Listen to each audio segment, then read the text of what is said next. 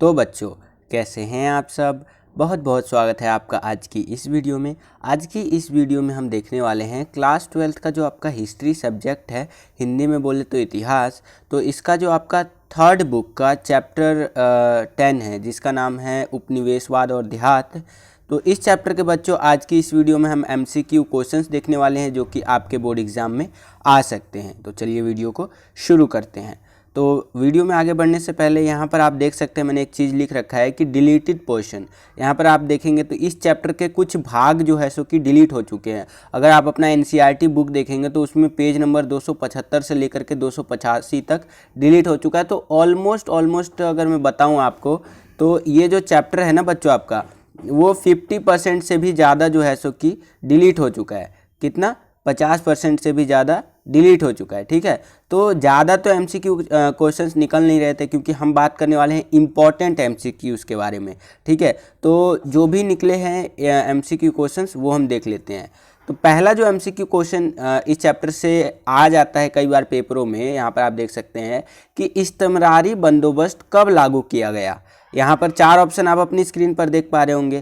पहला है आपका 1785 में लागू किया गया, दूसरा है आपका 1764 में लागू किया गया, तीसरा है आपका 1793 में लागू किया गया, या चौथा है आपका 1905 में लागू किया गया।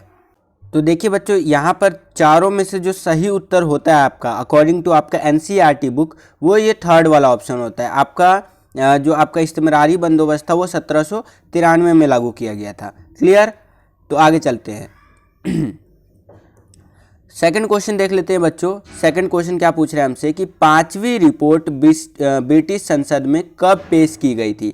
ठीक है, यहाँ पर भी आप 4 ऑप्शन अपनी स्क्रीन पर देख पा रहे होंगे। पहला है आपका 1815 में, ठीक है, दूसरा है आपका 1813 में, तीसरा है आपका 1899 में, और चौथा है आपका 1896 में। ठीक है, तो इसका जो आंसर है बच्चों, आपको कमेंट सेक्शन में मुझे कमेंट कर करके बताना है। ठीक है, ताकि मैं देखूं कितने बच्चों को पता है कि ब्रिटिश संसद में जो आपकी 5वीं रिपोर्ट थी वो कब पेश की गई थी। ठीक है, आगे चलते हैं। अगला है हमारा थर्ड क्वेश्चन, आप अपनी स्क्रीन पर देख पा रहे होंगे कि भारत में ईस्ट इंडिया कंपनी के शासन के स्वरूप पर ब्रिटिश संसद में गंभीर वाद विवाद का आधार बनी। ठीक है, यानी कि ऐसी कौन सी रिपोर्ट थी जो भारत में जो ईस्ट इंडिया कंपनी थी ना, उसके शासन का जो स्वरूप था, कैसे शासन वगैरह कर रही है, कैसे व्यवस्था पूरी की पूरी संभाली जा रही है। ठीक है, तो इस पर ब्रिटिश संसद जो था उसमें एक वाद विवाद का जो है सो कि आधार बना, बेस बना था। ठीक है, तो यहाँ पर 4 ऑप्शन आप अपनी स्क्रीन पर देख पा रहे होंगे। पहला है आपका पहली रिपोर्ट, दूसरा आपका तीसरी रिपोर्ट, तीसरा है आपका 8वीं रिपोर्ट, और चौथा है आपका 5वीं रिपोर्ट। तो बहुत आसान क्वेश्चन है बच्चों, ये सिंपल से आप सभी को पता ही चली गया होगा कि इसका सही उत्तर है 5वीं रिपोर्ट। यही थी जो कि ब्रिटिश संसद में वाद विवाद का एक मुद्दा बनी थी, 5वीं रिपोर्ट। तो आई होप कि आपको एक क्वेश्चन भी क्लियर हो गया होगा बच्चों। आगे चलते हैं, अगला प्रश्न देख लेते हैं। फोर्थ क्वेश्चन हमारा कि राजस्व इकट्ठा करने के समय जमींदारों जो होते थे उनको अधिकार आता था, वह क्या कहलाता था? कल आता था यहाँ पर लिखा हुआ है, लेकिन वो क्या कहलाता था जो राजस्व इकट्ठा करने के लिए जमींदारों को जो अधिकार दिया जाता था? तो 4 ऑप्शन आपकी स्क्रीन पर है।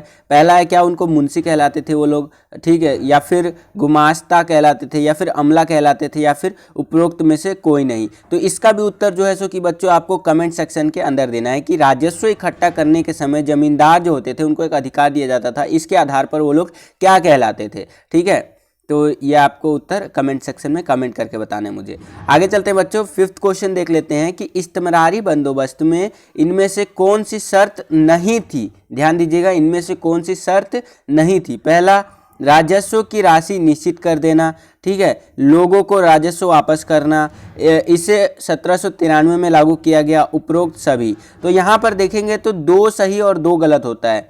ठीक है, ये लोगों को राजस्व वापस नहीं करना था, और ये उपरोक्त सभी वाला, ये दोनों ऑप्शन अगर देखा जाए तो एक मायने में सही है। तो इसके अंदर भी मान लीजिए कि ये फोर्थ ऑप्शन है ही नहीं, ये 3 ऑप्शन है, मान के चलिए। ठीक है, तो इन तीनों में से अगर आपको सही चूज़ करना हो तो आप ये वाला चूज़ कर देंगे, सेकंड वाला, कि लोगों को राजस्व वापस नहीं करा जाता था, इस्तेमरारी बंदोबस्त में ये वाली शर्त नहीं थी। ठीक है, कहने का मतलब ये है कि ये फोर्थ ऑप्शन भूल ही जाइए, ये 3 ऑप्शन याद रखिएगा, ठीक है। और इन तीनों ऑप्शनों में से जो सही उत्तर होगा आपका वो दूसरे वाला होगा। आई होप कि आपको क्लियर हो गया होगा। अब बस यही था बच्चों इस वीडियो से एमसीक्यू क्वेश्चन, मतलब इस चैप्टर से एमसीक्यू क्वेश्चन जो निकलते थे आपके। और आज का वीडियो यहीं तक था। आई होप कि आपको ये वीडियो पसंद आया होगा। ज़्यादा से ज़्यादा इसको शेयर कीजिए। जय हिंद।